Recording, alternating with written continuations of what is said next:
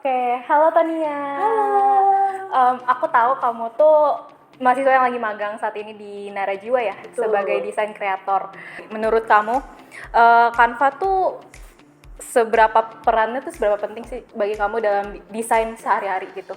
Oke, Canva tuh adalah dia teman sehari aku sama ngerjain tugas baik kayak untuk buat konten video atau konten feed itu sering aku gunakan. Terlebih kayak Canva tuh menyediakan elemen-elemen yang menarik, jadi kayak bisa mempermudahkan aku dalam membuat suatu ide yang aku tuangkan dalam kanvas dan aku buatkan terbaik untuk nanti konten di Narajiwa nantinya.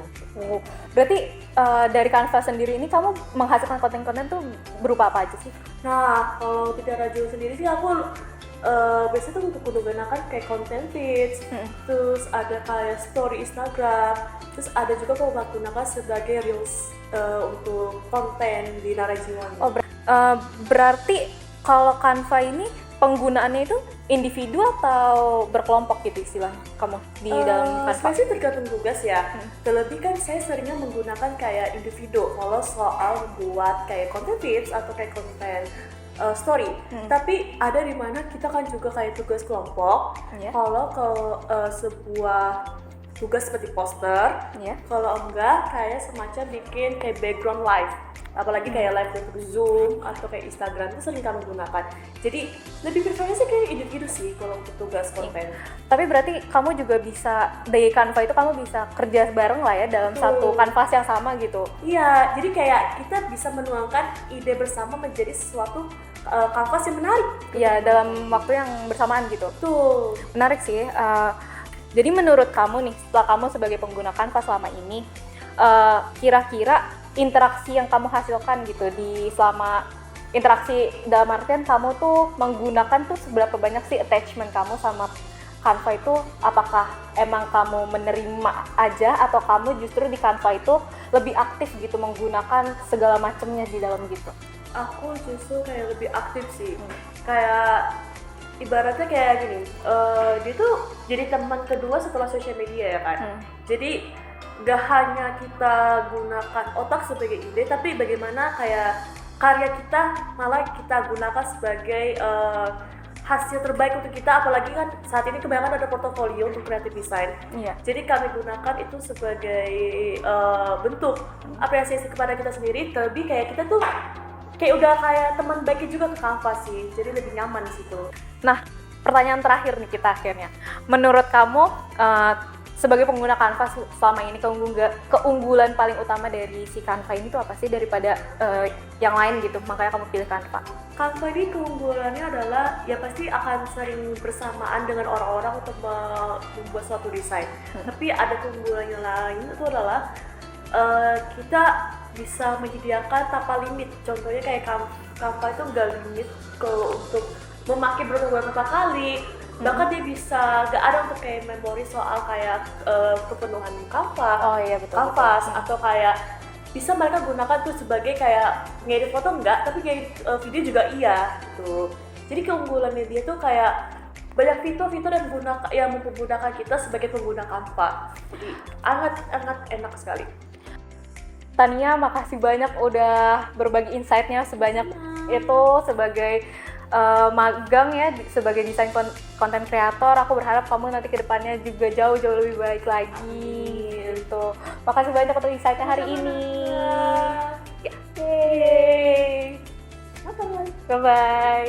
Berdasarkan hasil wawancara yang udah dilakuin sama Kanazua dan juga Katania, bahwa Canva itu bisa dipahami sebagai platform media digital yang berperan penting dalam aktivitas desain sehari-hari karena bersifat fleksibel, berkelanjutan, dan berbasis cloud sehingga memungkinkan pengguna untuk membuat, menyimpan, serta mengedit desain secara berulang. Dengan kapasitas pengolahan informasi yang luas dan fitur kolaboratif, Canva dapat digunakan baik secara individu maupun komunal, serta menjadikan aktivitas desain lebih mudah diakses oleh berbagai kalangan. Nah, dalam perspektif teori media Marshall McLuhan, Canva termasuk cult media karena menuntut keterlibatan aktif pengguna dalam proses penciptaan pesan visual sekaligus mempresentasikan konsep the gadget lover sebagai teknologi yang memperluas kemampuan kreatif manusia, dan juga hybrid energy media as translator karena mengintegrasikan teks, gambar, warna, dan elemen visual lainnya menjadi satu kesatuan pesan komunikasi yang baru di era digital. Selamat sore, saya Anindya Putri dan sekarang saya bersama Bapak Bintang Narpati. Hari ini akan mewawancarai mengenai penggunaan Zoom sebagai media pembelajaran daring. Jadi Pak Bintang sudah siap ya untuk melakukan wawancara? Insya Allah siap. Langsung masuk ke pertanyaan pertama. Menurut Bapak bagaimana bentuk keberadaan media Zoom dalam konteks pembelajaran? Oke, baik. Pertanyaan bagus. Jadi Zoom ini sangat mendukung sekali dalam pembelajaran selama kita melakukan online ya. Walaupun online maupun offline juga suka ada, artinya hybrid ya. Tapi ini sebenarnya dengan Zoom ini sangat mendukung program belajar mengajar dari kegiatan ini. Oke, pertanyaan yang kedua, bagaimana dengan jumlah informasi yang dapat dibagikan melalui Zoom? Oke, baik. Terima kasih pertanyaannya. Informasi yang dibagikan dari Zoom ini sangat tidak terbatas ya, karena bisa melalui presentasi ataupun media-media lainnya, informasi dari internet dan sebagainya kita bisa lakukan melalui Zoom. Pertanyaan selanjutnya terkait penyimpanan informasi, bagaimana karakteristik Zoom menurut Bapak? Penyimpanan informasi ini juga dilengkapi dengan fitur adanya namanya rekaman ya di Zoom itu sendiri. Jadi bisa disimpan dengan baik ya selama itu adanya online tadi ya dengan Zoom. Bagaimana sifat pengguna medium Zoom dalam pembelajaran? Sifat pengguna medium Zoom ini sangat bervariatif ya. Jadi ini terdiri dari para mahasiswa yang tergabung dalam interaksi ataupun menjadi gabungan daripada Zoom itu sendiri ya. Jadi terbuka juga, yang penting kita bisa masukkan memberikan namanya informasi linknya ya, kemudian agar bisa diakses oleh para pengguna tadi.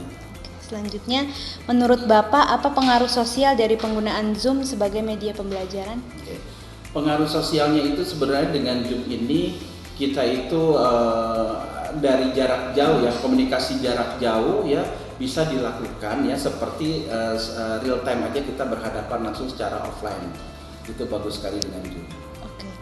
Jika dikaitkan dengan kategori media menurut Marshall McLuhan, apakah Zoom termasuk media hot atau cool? Oke.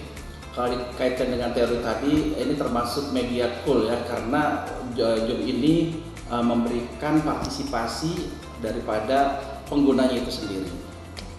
Yang pertanyaan terakhir, bagaimana Zoom dapat dikaitkan dengan konsep McLuhan seperti the medium is the message atau media as extension of man?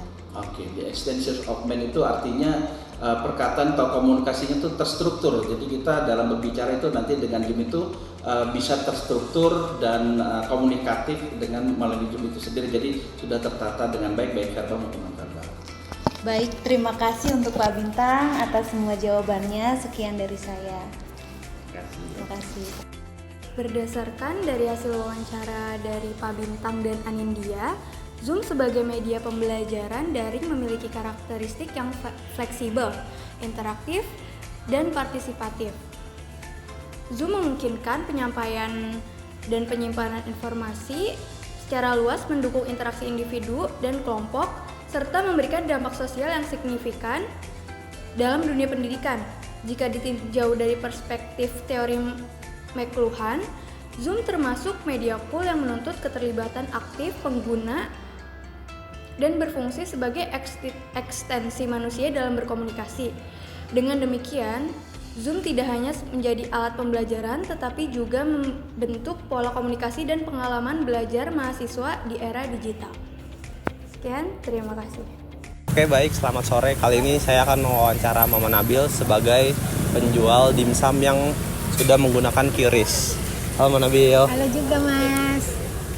Jadi ada pertanyaan pertama. bagaimana bentuk keberadaan QRIS sebagai media pembayaran? Apakah bersifat sementara atau permanen? QRIS menurut saya bersifat permanen karena setiap transaksi tercatat dalam sistem dan memiliki bukti digital yang bisa dilihat kembali. Pertanyaan kedua, informasi apa saja yang disampaikan melalui QRIS saat transaksi berlangsung? Informasi yang ditampilkan biasanya terbatas, seperti jumlah pembayaran, waktu transaksi, dan status berhasil atau tidaknya pembayaran. Pertanyaan ketiga, bagaimana dengan penyimpanan informasi transaksi QRIS? Data transaksi QRIS disimpan dalam sistem dan bisa diakses kembali jika diperlukan. Misalnya untuk pengecekan atau laporan. Oke. Pertanyaan keempat, menurut Anda bagaimana sifat penggunaan QRIS oleh pelanggan? Penggunaan QRIS bersifat individu dan privat. Karena setiap pelanggan menggunakan aplikasi pribadi di ponsel masing-masing dan data pembayaran tidak diketahui oleh orang lain. Pertanyaan kelima dan terakhir, apakah penggunaan QRIS memberikan pengaruh sosial tertentu di lingkungan kerja dan pelanggan? Penggunaan QRIS membuat pelanggan terbiasa dengan pembayaran non-tunai dan mendorongnya gaya hidup digital. Bagi kami sebagai karyawan atau pedagang, sistem kerja menjadi lebih cepat dan teratur. Baik, terima kasih Mama Nabil atas jawabannya. Terima kasih, Mas. Terima kasih. Nah, berdasarkan hasil wawancara yang sudah dilakukan oleh Kak Alvin dan juga Mama Nabil, QRIS itu dapat dipahami sebagai media digital yang bersifat permanen, memiliki kapasitas penyimpanan informasi yang luas, digunakan secara individual dan privat, serta memberikan pengaruh kepada sosial signifikan terhadap perilaku konsumen dan sistem kerja. Dalam perspektif McLuhan, QRIS itu dapat dikategorikan sebagai media dingin atau cold media yang berfungsi sebagai penerjemah antara uang fisik dan sistem digital, namun tetap memiliki potensi pengembalian fungsi atau reversal ketika terjadi gangguan teknis.